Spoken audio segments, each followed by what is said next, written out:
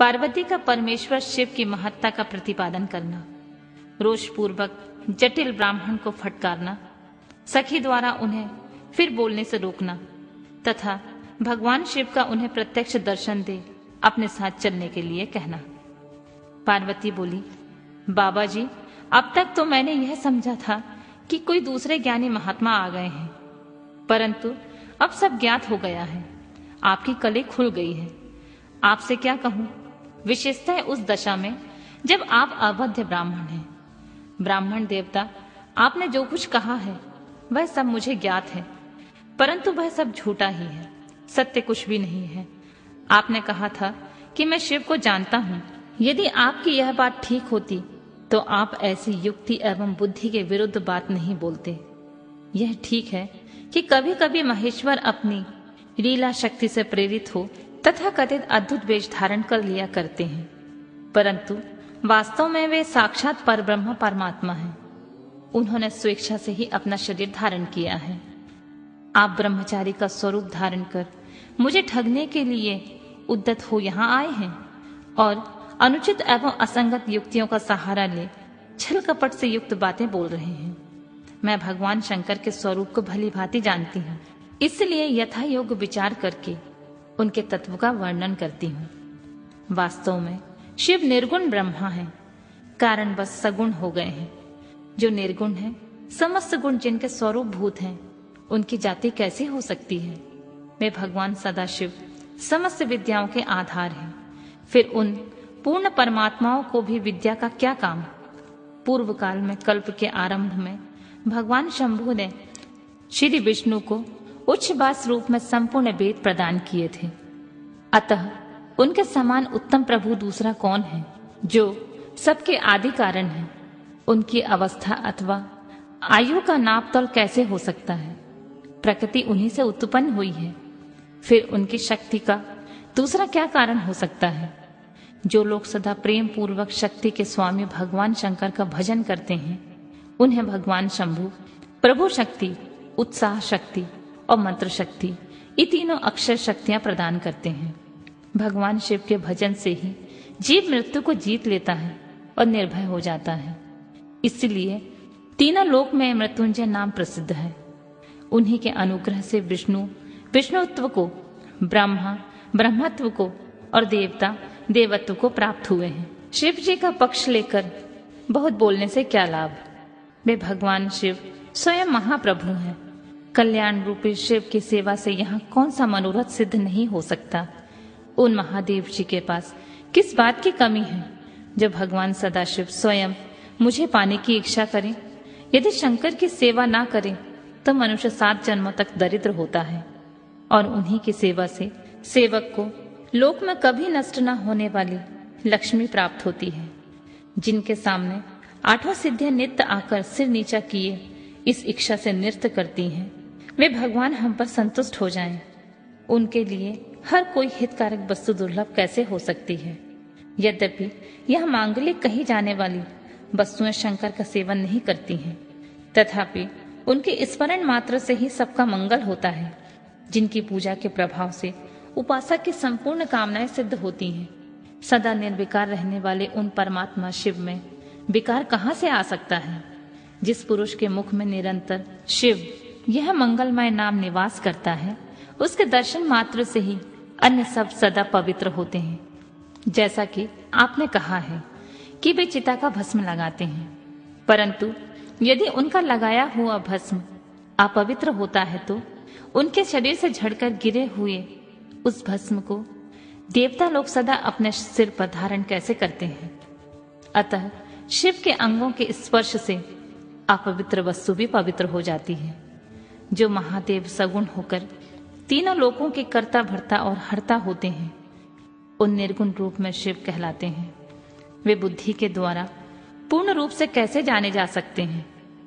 पर ब्रह्मा परमात्मा शिव का जो निर्गुण रूप है, आप उसे जैसे वह मूर्ख लोग ही कैसे जान सकते हैं। जो दुराचारी और पापी हैं, वे देवताओं से बहिष्कृत हो जाते हैं। ऐसे लोग निर्गुण शिव के तत्व को नहीं जानते हैं। जो पुरुष तत्व को ना जानने के कारण यह शिव की निंदा करता है, उसके जन्म भर का सारा संचित पुण्य भस्म हो जाता है। आपने जो यहाँ अमित तेजस्वी महादेव जी की निंदा की है और मैंने जो आपकी पूजा की है, उससे मुझे पाप की भागनी होना पड़ेगा। शिवद्रोही को देखकर वस्त्र सहित स्नान करना चाहिए। शिवद्रोही का दर्शन हो जाने पर प्रायश्चित करना चाहिए। इतना कहकर पार्वती जी उस ब्राह्मण पर अधिक रुष्ट होकर बोली, अरे दुष्ट, तूने कहा था कि मैं शंकर जी को जानता हूं, परंतु निश्चय ही तूने उस सनातन शिव को नहीं देखा, न जाना। भगवान रुद्र को तू जैसा कहता है वे वैसे ही क्यों ना हो, उनके जैसे भी बहुसंख्यक रूप क्यों ना हो। सत्पुरुषों के प्रियतम नित्य निर्विकार वे भगवान सदाशिव मेरे अभीष्टम देव हैं। ब्रह्मा और विष्णु भी कभी उन महात्मा हर के समान नहीं हो सकते। फिर दूसरे देवताओं की तो बात ही क्या, क्योंकि वे सदैव काल के अधीन रहते हैं। इस प्रकार अपनी शुद्ध बुद्धि से तत्वतः विचार करके मैं शिव के लिए वन में आकर भारी तपस्या कर रही हूँ। वे भक्त वत्सल सर्वेश्वर शिव ही हम सबके परमेश्वर हैं। दीनों पर अनुग्रह करने वाले उन महादेव को ही प्राप्त करने की मेरी इच्छा है। ब्रह्मा जी कहते हैं, नारद, ऐसा कहकर गिरिराज नंदिनी चुप हो गई और निर्विकार चित्त से भगवान शिव का ध्यान करने लगी। देवी की बात सुनकर वह ब्रह्मचारी ब्राह्मण जो ही कुछ फिर कुछ कहने के लिए उद्यत हुआ, त्यों ही शिव में आसक्त चित होने के कारण उनकी निंदा सुनने में विमुख हुई पार्वती अपनी सखी विजया से शीघ्र बोली। पार्वती ने कहा, सखी, इस अधम ब्राह्मण को यत्न पूर्वक रोको। यह फिर से कुछ कहना चाहता है। यह केवल शिव की निंदा ही करेगा। जो शिव की निंदा करता है केवल उसे पाप ही नहीं लगता, जो उसकी निंदा सुनता है वह भी यहाँ पाप का भागी होता है। भगवान शिव के उपासकों को चाहिए कि वे शिव की निंदा करने वाले का सर्वथा वध करें। यदि वह ब्राह्मण हो तो उसे अवश्य ही त्याग दें और स्वयं उसकी निंदा के स्थान से शीघ्र दूर चले जाएं। यह दूसरे ब्राह्मण फिर शिव की निंदा करेगा। ब्राह्मण होने के कारण यह बद्ध तो नहीं है, अतः त्याग देने के योग्य है। किसी तरह भी इनका मुंह नहीं देखना चाहिए। इस स्थान को छोड़कर हम लोग आज ही किसी दूसरे स्थान में शीघ्र चलें, जिससे फिर इस अज्ञानी के साथ बात करने का अवसर ना मिले।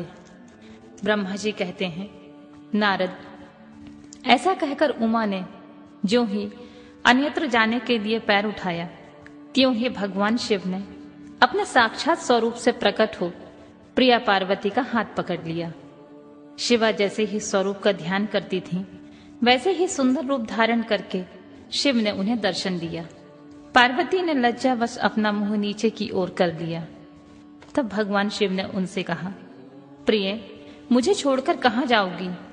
अब मैं फिर कभी तुम्हारा त्याग नहीं करूंगा। मैं प्रसन्न हूँ, वर मांगो। मुझे तुम्हारे लिए कुछ भी अदेय नहीं है। देवी, आज से मैं तपस्या के मूल खरीदा हुआ तुम्हारा दास हूँ। तुम्हारे सौंदर्य ने मुझे मोह लिया है। अब तुम्हारे बिना मुझे एक क्षण भी युग के समान जान पड़ता है। लज्जा छोड़ो, तुम मेरी सनातन पत्नी हो। गिरिराज नंदिनी, महेश्वरी, मैंने जो कुछ कहा है उस पर श्रेष्ठ बुद्धि से विचार करो। सुस्थिर चित्त वाली पार्वती, मैंने नाना प्रकार से तुम्हारी बारंबार परीक्षा ली है। लोक लीला का अनुसरण करने वाले मुझ सौजन के अपराध को क्षमा कर दो।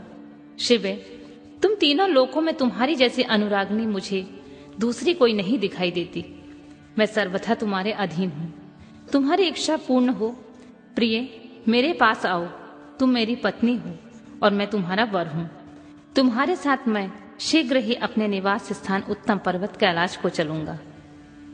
ब्रह्मा जी कहते हैं, देवाधिदेव महादेव के ऐसा कहने पर पार्वती देवी आनंद मग्न हो उठी। उनका तपस्या जनित पहले का सारा कष्ट मिट गया। मुनि श्रेष्ठ, सती साध्वी पार्वती की सारी थकावट दूर हो गई, क्योंकि परिश्रम फल प्राप्त हो जाने पर प्राणी का पहले वाला सारा श्रम नष्ट हो जाता है।